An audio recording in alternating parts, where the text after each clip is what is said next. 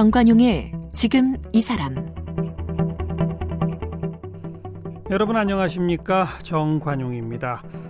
오늘 8월 15일, 지금으로부터 74년 전 우리나라가 일제 식민지하에서 해방돼 광복을 맞은 날입니다. 특히 올해는 이 3.1운동 또 대한민국 임시정부 수립 100주년에 맞는 광복절이어서 그 의미가 더더욱 깊은데요.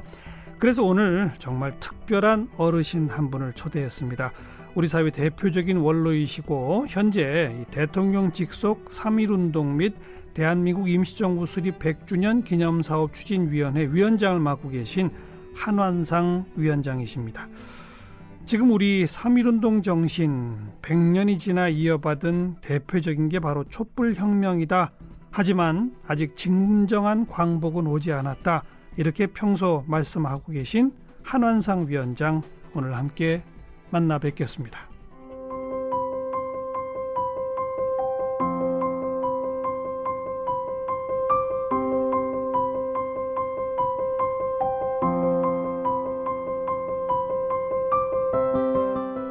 한완상 위원장은 서울대 사회학과를 졸업했고 미국 에모리 대학교에서 정치사회학 석사학위와 박사학위를 받았습니다. 이후 귀국해 1970년부터 서울대 사회학과 교수로 지내다가 1976년 정권에 비판적이라는 이유로 해직을 당했고 1980년에는 김대중 내란 음모 조작 사건에 연루돼 수감된 후 모진 고문을 받기도 했습니다. 1984년 다시 교수로 복직돼 1993년까지 서울대에서 후학을 양성했고요. 김영삼 문민정부 때는 부총리 겸 통일원 장관을, 김대중 정부 때는 부총리 겸 교육인적자원부 장관을 지냈습니다. 이 밖에도 한국사회학회 회장과 대한적십자사 총재 등을 역임했고 담쟁이 포럼 대표와 정책공간 국민성장 상임 고문으로 활동했습니다. 주요 저서로는 민중과 지식인, 민중사회학, 청산이냐 답습이냐, 지식인과 허위의식, 예수 없는 예수교회, 우아한 패배, 한반도는 아프다, 사자가 소처럼 여물을 먹고 등이 있습니다. 지난해부터 대통령 직속 3.1운동 및 대한민국 임시정부 수립 100주년 기념사업 추진위원회 위원장을 맡고 있습니다. 네, 한완상 위원장님, 어서 오십시오. 예. 네, 3.1운동 100주년, 임시정부 수립 100주년, 지금 기념사업 착착착 잘 진행되고 있죠? 뭐 그렇습니다. 예. 작년부터 몇 가지 행사들이 어떻게 기획되고 있었습니까? 뭐 이게 100 몇 가지가 되니까 그다 이야기하는 거는 100 몇 가지나 되니까. 왜냐면 각 부처마다 자기 예산으로 이제 100주년 기념 이런 사업 하겠다 한 게 있으니까 그걸 우리가 다 받아가지고 서로 조정해서 잘 되도록 하는 거니까요. 네, 네. 그런 그 100년이 되는 올해 2019년의 광복절, 사실 정말 더 뜻깊은 것 같은데요. 광복 45년 광복 맞을 때 위원장님이 몇 살 때셨죠? 그때가 초등학교 3학년이죠. 3학년이었으니까 뭐 기억은 분명히 납니다만은 하여튼 이 광복 해방 그러는데 저는 그런 말을 들을 때마다 좀 화가 나요. 왜요? 해방도 되지 않았고 아직 광복도 아직 안 되었는데 마치 된 것처럼 이야기하니까 그래서 그 이야기를 하면서 3.1운동 이야기를 조금 할까요? 그러시죠 뭐. 예. 네. 제가 이거 위원장 맡아가지고 그 3.1운동이 갖고 있는 엄청난 감동의 울림의 깊이와 넓이를 몰랐어요. 제가. 위원장 맡으시면서는? 예. 그 맡고 나서 이제 공부를 하면서 이제 알게 됐는데. 새삼 다시 공부하셨군요. 그렇죠. 예. 그 감동의 울림이 크다는 것을 느끼고 그런 거를 이제 전달하고 하면서 또 이것을 듣는 국민들이 정말 그렇군요라고 자기들도 놀라는 거 보고 제가 왜 이렇게 됐는가. 이 100년 전에 일어났던 3.1운동이 100년이 지난 우리가 조상들의 그 감동적인 헌신과 투쟁을 모르고 있었는 이유를 내가 알게 됐어요. 하나는 36년간의 일본 강점 하에서는 일본 사람들이 너무 우리에게 지독하게 했기 때문에 을과 혼, 뺏기 위해서 성도 못 쓰게 하고 우리 말도 빼앗아 갔잖아요. 창씨 개명하고 그럼요. 그러니까 말도 뺐고 그냥 땅 빼앗은 거는 뭐 예. 말할 것도 없고 그렇게 되니까 이게 그 울림의 그 운동을 이것을 어떻게 하든지 제거하거나 축소하거나 없애려고 했죠. 당연하죠. 예, 몰랐고 그 울림대로 행동하는 사람은 감옥에 잡아넣어서 그 죽을 처형했기 때문에 그렇죠.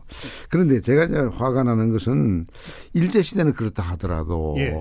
해방이 됐는데도 이른바 전후에 해방이 된 이후에 이 땅의 주류 지배 세력이 아시다시피 친일 냉전 반공 세력이었단 말이에요. 예. 그러니까 일본의 통치자들이 독립운동한 사람을 감옥에 가두고 쳐 죽였던 그 전통을 이은 사람들이 소위 종전 이후 우리 70몇 년간 이 땅의 주류 세력으로 군림해왔기 때문에 그들은 여러 가지 방법으로 3.1운동의 감동적인 울림을 그것을 못하게 했죠. 국정교과서 파동도 그 각도에서 보면 이제 이해가 되는 거죠. 아니 재헌 헌법부터 헌법 전문에는 3.1운동이 있었잖아요. 있었죠. 헌법에 쓰기만 해놓고 이승만이가 그 헌법 전문에 따라서 대통령을 하면서 첫 조치 중에 하나가 가장 부끄럽고 분노스러운 게 반민특위를 해체했거든요. 그러니까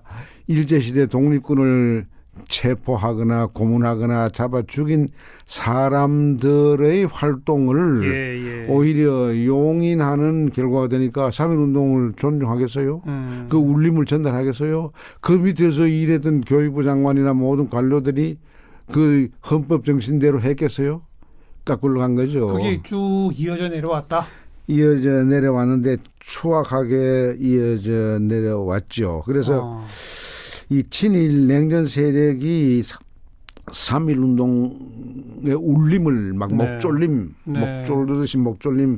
한 건데 그걸 제가 사실 대학 교수로 있으면서도 그저 추상적으로만 알았다가 제가 이 위원장을 맡아서 안 것 가운데 여러 가지가 있는데 그 가운데 하나가 이를테면 유관순이라고 하는 17세 소녀가 무슨 병으로 죽고 어떻게 죽었는지 죽으면 이제 공적으로 그 국가의 의사가 사인을 밝혀야 될 거 아니에요. 감옥에서 고문당하다가 돌아가신 거 아니에요? 죽었는데 그 고문이 어떤 고문이냐면 17, 8세 소녀에게 방광파괴라고 하는 아이고 그건 끔찍하죠. 네. 우리가 상상할 수 있잖아요. 그런 고문이거든요. 그 소녀를 그 폭행이죠. 그 제국주의, 패권주의가 소녀의 몸을 망가뜨린 게 아니라 유관순 몸의 파괴는 우리 민족의 그 파괴나 마찬가지죠. 그런 걸 알게 되면서부터 그런데도 그렇게 잔인한 무단 일본 그 통제 앞에서도 3.1운동은요 비폭력 평화적으로 했어요. 그랬죠. 그게 감동적인 울림이죠. 비폭력 평화. 그러니까 또 그냥 3월 1일 딱 하루만 했었던 게 또 아니잖아요. 아니죠. 그게 상당히 오래 갔죠. 오래 갔는데 그러니까요. 이제 그런 그 가장 폭력적인 통제에 대해서 가장 우아한 이 비폭력적으로 대응했기 때문에 그것이 감동의 울림이 크고 깊다는 이야기죠. 그것을 교과서가 안 가르치는 거예요. 그리고 이거는 그 당시 전 세계가 평가를 했다면서요. 바로 그거죠. 그래서 그 울림이 이제 세계로 번졌는데 3.1운동 일어나자 불과 2달 안 남짓 북경 대학생들이 반일본 제국주의 운동 하잖아요.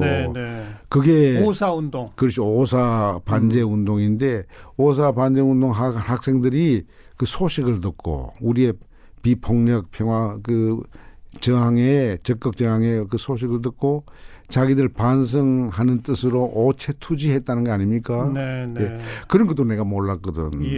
그러니까 그 울림이 북경으로 넘어갔고 그 울림이 또 반영국 식민주의 운동을 했던 이 네루 쪽으로 갔어요. 인도의 네루가 감옥에 반영 제국주의 운동하다가 갇혔을 때 딸에게 그때 딸 나이가 뭐 이제 유관순 나이 정도였을 거예요. 그 나이 딸에게 편지를 계속 썼는데 그것이 소위 세계사 편람이라고 하는 세 권의 책으로 나왔는데 그 둘째 권 책 보면요 그 자기 딸에게 쓴 편지 가운데 3.1운동 이야기했어요.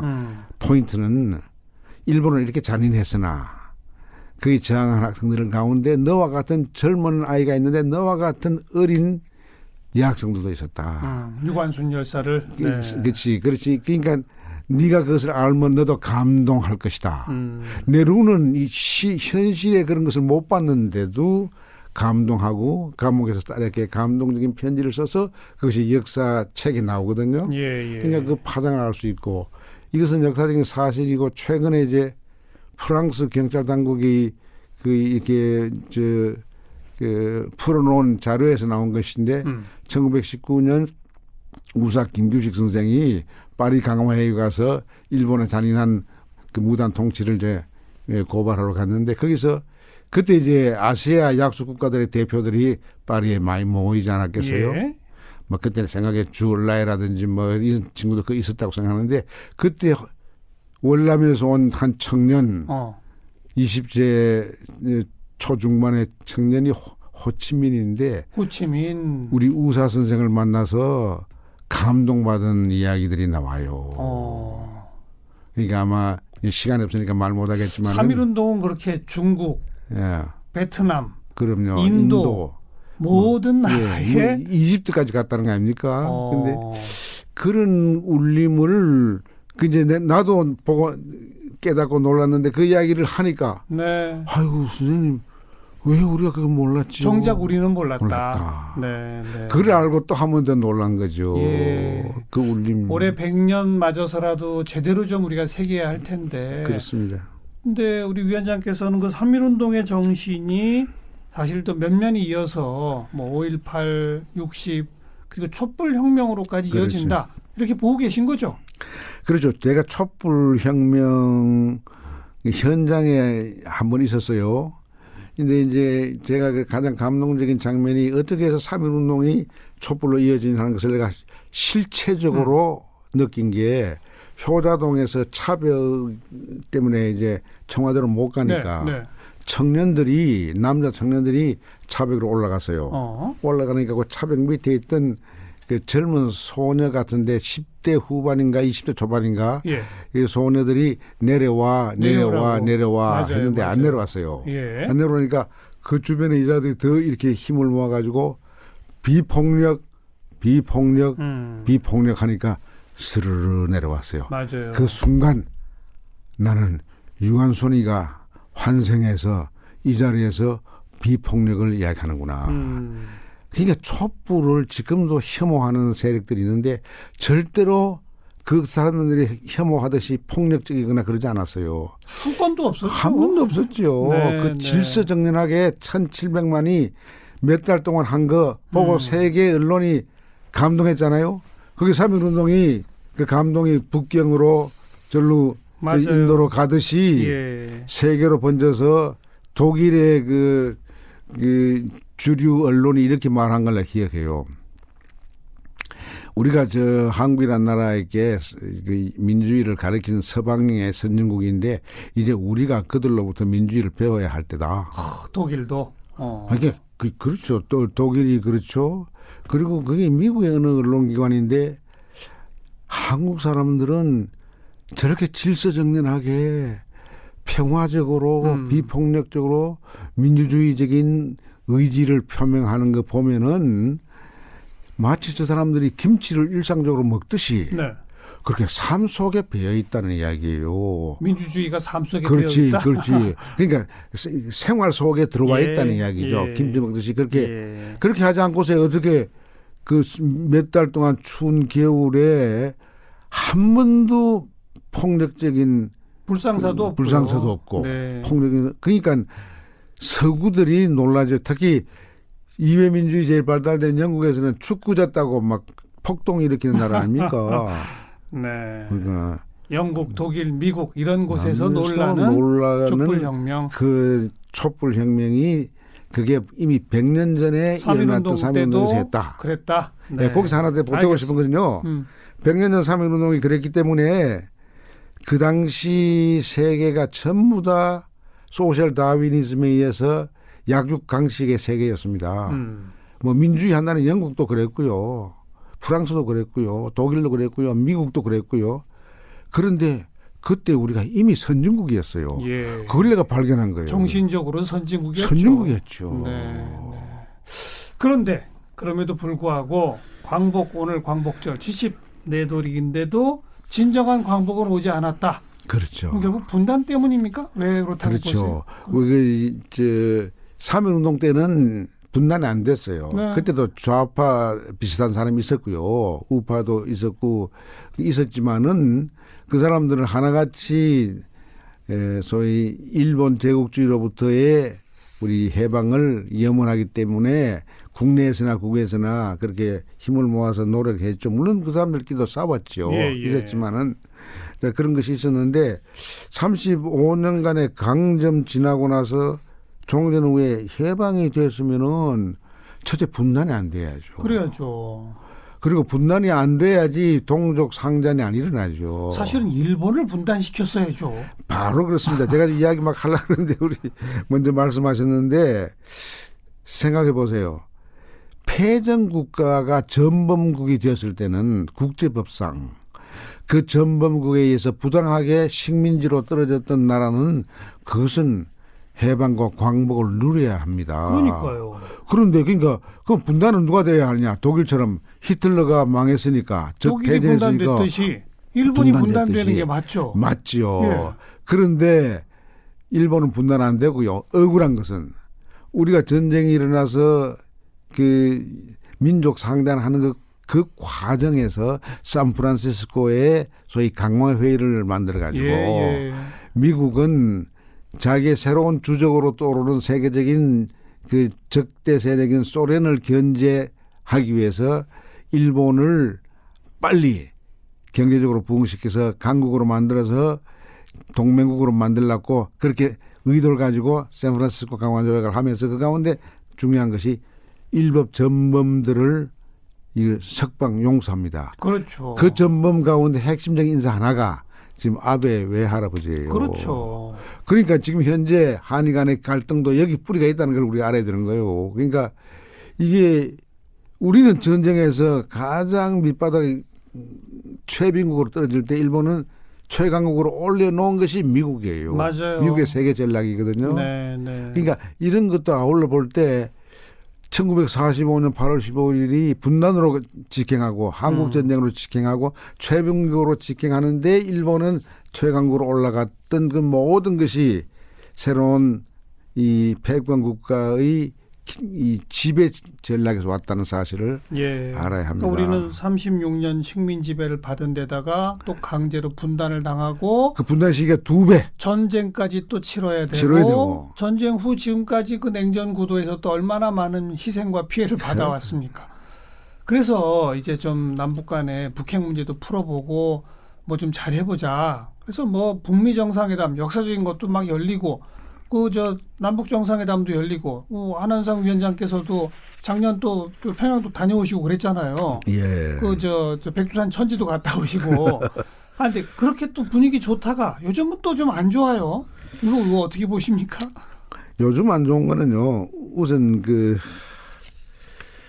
이 참 가슴 아픈 일인데 북한이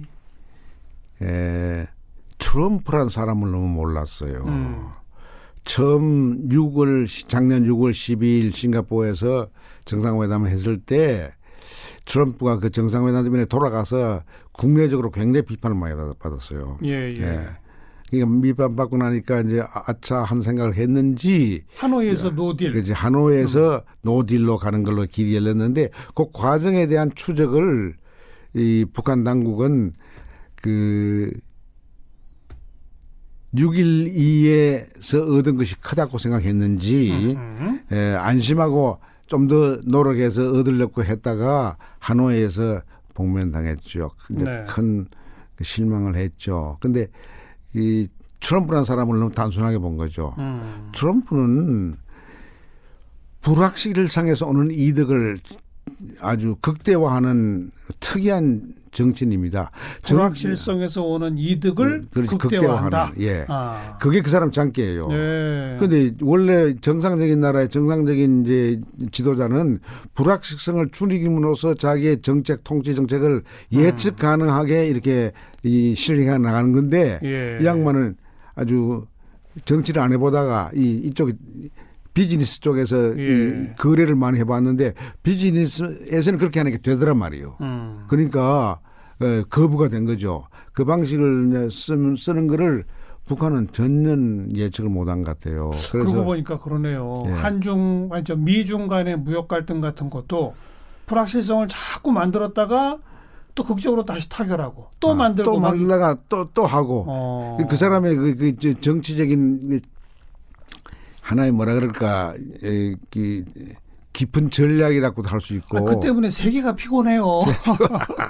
그런데 이제 이거 아니, 하나만은 트럼프가 계속 그런 식으로 하니까 사실 요새 아베도 트럼프 보고 배우는 거 아닙니까?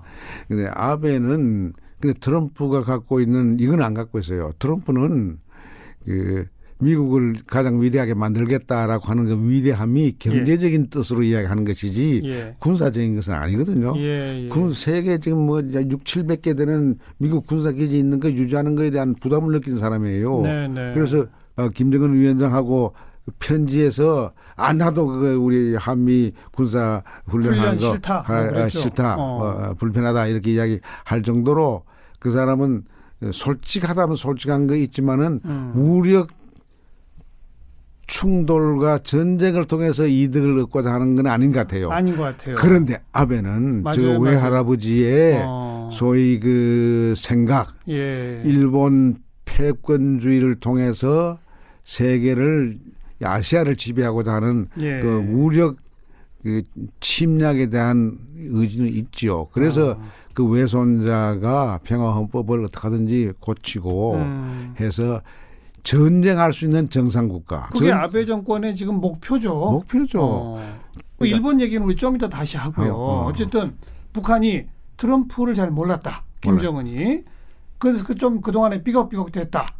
앞으로는 잘 될까요? 어떻게 보세요? 앞으로는 잘 될 것 같은 조짐이 있죠. 그것도 이제 정상적인 정치 계산을 하는 사람들은 이해가 잘 안 될 겁니다. 이를테면은 이란으로부터 얻을 수 있는 것이 미국이 상당히 있을 거예요. 그런데도 이란과 핵협정은 오바마가 했기 때문에 바로 그걸 해체해버렸거든요. 파기해버렸죠. 해버렸는데 북한과의 관계 개선을 통한 비핵화와 평화체제 확립 이 두 가지 생각은 꼭 이루고자 하는 집념을 보이잖아요. 트럼프 대통령이. 그렇지. 그 집념이 어느 정도냐면은 지난 6월 달에 G20 그 회의를 다자 회의를 그 초청한 호스트인데 그때 일본이 그 호스트인데도 불구하고 호스트가 또 일본의 미국의 가장 그 동맹국가 아닙니까? 그런데도 그건 적당히 하고 빨리 여기 판문점에 와서 그 김정은 위원장 만나는 이벤트를 만나는 걸 그걸 머리에 꽉 채워가지고 왔단 말이에요. 지나고 보니까 G20 정상이 일본에서 만나서 떠들썩하게 한 뉴스가 하루 만에 다 덮여버렸잖아요. 그렇죠. 전 세계 뉴스를 다 뒤집어버렸잖아요. 다 뒤집어버렸죠. 전부 다 판문점으로 오게 만들었죠. 그러니까 그것도 아까 불확실성에 오는 이득을 극대화한다. 극대화하는 거죠. 극대화해서 거기서 이제 우리 또 대통령이 중간에 이렇게 좀 일이 되도록 노력을 해서 만났잖아요. 만나서 제가 하나 확인한 건 뭐냐면 이 트럼프 쪽에서도 김정은하고의 신뢰끈을 자를 생각이 없었는데 과연 김정은 쪽에서는 어떤가? 내가 늘 이야기하잖아요. 김정은 이 위원장도 절박한 게 트럼프보다 더 절박한 것은 자기 할아버지의 소망인 이 국민들에게 자기 주민들에게 배 안 골게 하는 거 그렇죠. 이밥과 고기국 끓여주는 거 소박하게 말하면 그것이 목적이에요.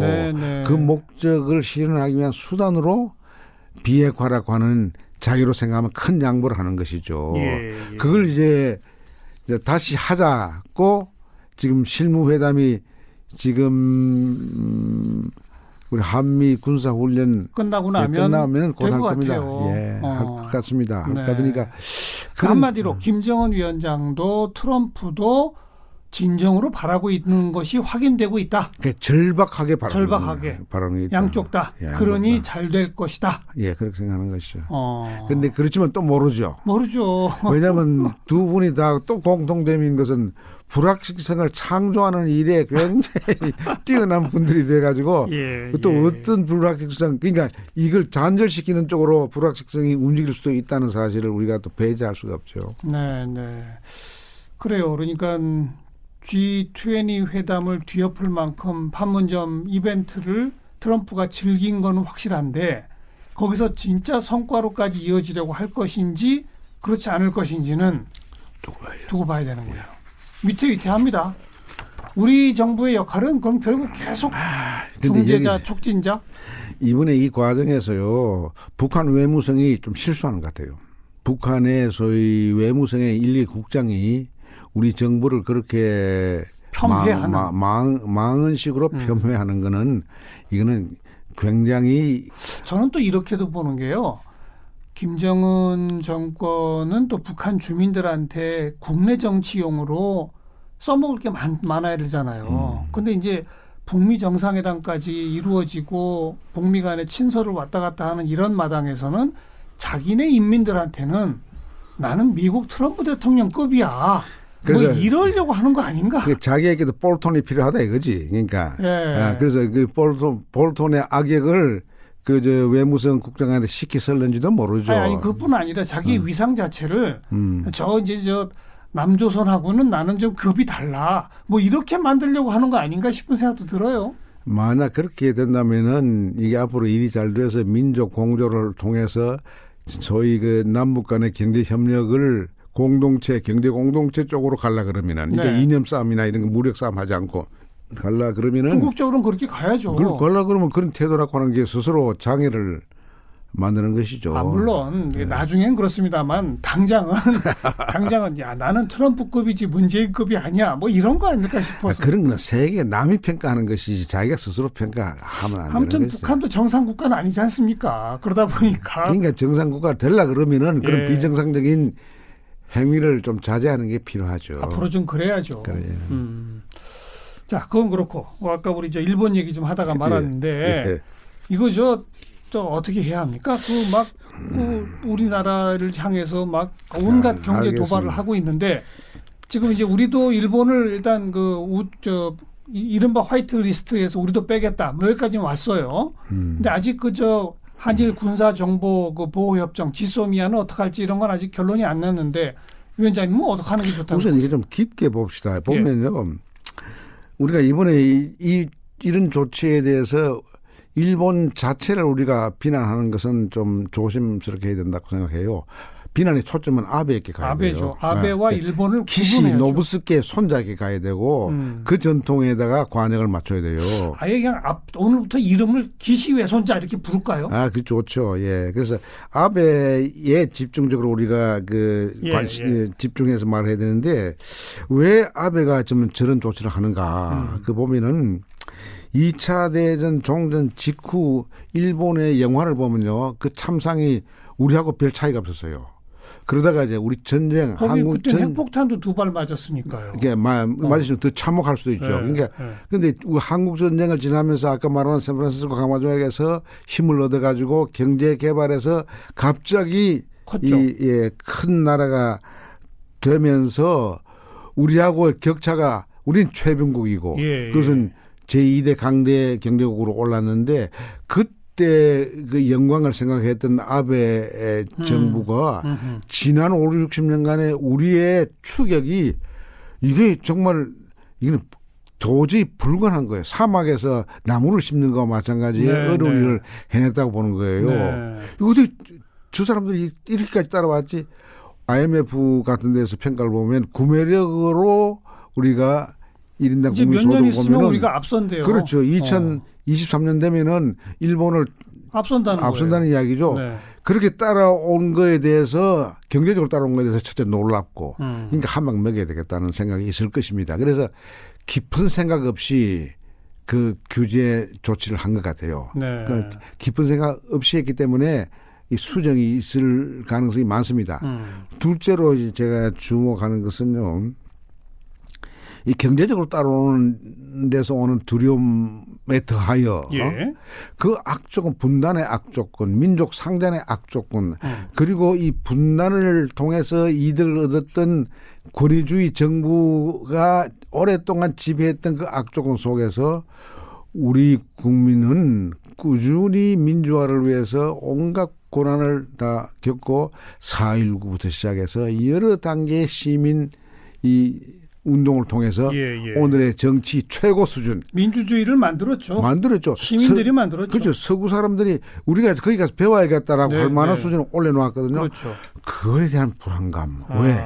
자기네들은 한 번도 사무라이 문화에서 국가와 그 일본도의 문화에서 국가는 이제 천황이고 일본도는 그 무단 정치 유산인데 거기서 벗어나지 못하고 마카르사가 자기들에게 선물로 준 소위 미국식 이회민주의 껍데기만 받아가지고서 오늘까지 일당 독재를 해왔거든요. 자민당 일당 독재죠. 독재죠. 중간에 잠깐 한 5년 빼놓고 일당 독재를 해왔는데 한국은 여러 단계의 4.19부터 오늘 촛불까지 이 희생해가면서 그것도 주로 비폭력 평화적으로 민주주의를 성취한 것에 대한 깊은 열등감과 증오심과 이런 걸 느꼈을 거예요. 우리 민주주의에 대한 열등감. 증오심. 게다가 하나 더 있어요. 요즘 BTS 아이들이 일본을 들어가서 얼마 전에 BTS가 일본 공연하려고 그러는데 일본 정부가 아베 정부가 그걸 반대했습니다. 못하게 했는데 그걸도 했어요. 그걸 못하게 할 수가 없죠. 그걸 없죠. 일본 청소년들한테 몰매 맞으려고. 이거 뭐 그렇더라도 하여튼 일당 독재해온 그 나라에서 그 거부를 했는데 뭐 엄청난 호응이 있었고요. 또 한 번 최근에 해가지고서 지금 굉장히 열광적이거든요. 그 일본 사람들 가운데 생각하는 평론가들은 왜 일본에는 BTS가 못 나오느냐 하는 분석하는 좌담을 내가 들은 적이 있는데 그렇죠. 텔레비전에서 그들의 결론이 재밌어요. 일본 사람들에게는 한국 사람이 갖고 있는 그 BTS의 진이 없다. 유전자가 없다. 그러니까 그런 창조적인 유전인자가 없다. 그런 건 또 민주주의랑 연관되거든요. 그렇죠. 4.19의 DNA가 바로 BTS의 DNA죠. BTS가 최근에 나온 아주 최근에 한 작품에 페르소나라는 게 있어요. 내가 서울대학에서 사회학 개론 가르칠 때 페르소나는 마스크다. 그래서 역할이다. 그러니까 역할할 때는 그 역할 마스크를 연기하는 사람이 마스크 쓰고 관객이 원하는 대로 행동하는 것이다. 그게 진짜 나는 아니다. 진짜 나는 혼은 딴 데 있고 관객의 취미를 맞춰주는 연극일 뿐이다. 그 페르소나를 하는데 저도 놀랐어요. 이것은 그저 춤이 아니에요. 그저 춤만 말하면 그만큼 잘하는 나라가 많죠. 사람들이 많죠. BTS는 혼이 있어요. 혼과 정신이 살아있다. 정신이 있고 창발적인 게 있어요. 그러니까 그거 일본 사람들이 두려워하는 것이죠. 아베가 BTS도 두려워하는 거죠. 두려워하죠. 그래서 공연 못하게 하려고 그랬죠. 그냥 경제적으로 따라오지. 정치적으로는 앞서가지. 문화적으로는 훨씬 더 앞서가지. 게다가 지금 또 북핵 문제 풀려지면서 한반도 긴장 완화가 생기고 있지. 그렇죠. 그래서 남북이 힘을 합치고 더군다나 북한과 미국이 관계 정상화되면 일본은 매우 불편합니다. 왜냐하면 북한의 악마가 있어야만이 일본이 그 독재를 소위 그 기시노부스키의 꿈을 그걸 구현할 수 있거든요. 아베의 드림을 할 수 있는데 계속 북한 핑계 대면서 군비 확장하고 헌법 개정 운동하고 그러는 거 아닙니까? 그렇습니다. 그러니까 그 구실이 없어지니까 얼마나 불안하겠어요. 그러니까 이런 총체적 불안에서 요시 그 사람 말대로 일본 말로 요시 이제 부품과 소재에 대한 공급을 우리가 내겠다. 그러니까 총체적 불안에서 나온 수기 때문에 제대로 된 수가 아니네요. 아니죠. 그러니까 그쪽에서도 창조적인 성찰을 할 수 있는 국가 엘리트가 있다면은 또 그런 것을 지적하는 언론 엘리트가 있다면은 일부 언론에서는 그런 목소리를 내요. 일본 언론도. 그런데도 이게 아직은 안 고쳐지고 있거든요. 그래서 우리 정부의 대응이나 우리 국민들의 뭐 불매운동 등등의 최근의 움직임은 어떻게 평가하고 계세요, 위원장님? 저는 그 우리 정부의 대응은 이런 가운데서 이게 감정적 부족주의로 안 가는 것 다행이라고 생각해요.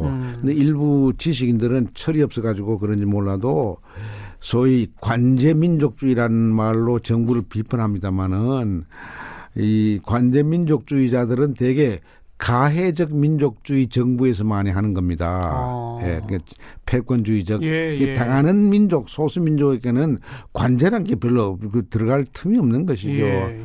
그러니까 지금 현재 이 정부가 하는 것은 관제민족주의가 아니고 감정적 트라이벌 내셔널리즘도 아니고 부족적 민족주의도 아니고 이 세계 시민들에게 부끄럽지 않는 촛불혁명에서 말하는 그런 성숙한 가치를 가지고 이걸 해결하려고 하는 것 같은데 좀 어떨 때는 좀 단호한 그런 결단을 보여줘야 할 때는 보여줘야 하는데 우리는 또 그 수단을 많이 갖고 있느냐 하면 일본이 갖고 있는 수단만큼은 우리가 아직도 못 갖고 있는 것 같아요. 그러나 우리도 규제할 수 있는 게 있으면은 규제는 하는 것이 정당하죠. 그래서 뭐 예를 들어서 일본의 뭐 석탄재 같은 거 수입하는 거, 방사능 오염 우려가 있는 농수산물 같은 거 검사를 좀 더 확실히 하자는 거 이런 건 우리가 해야죠. 할 수 있죠.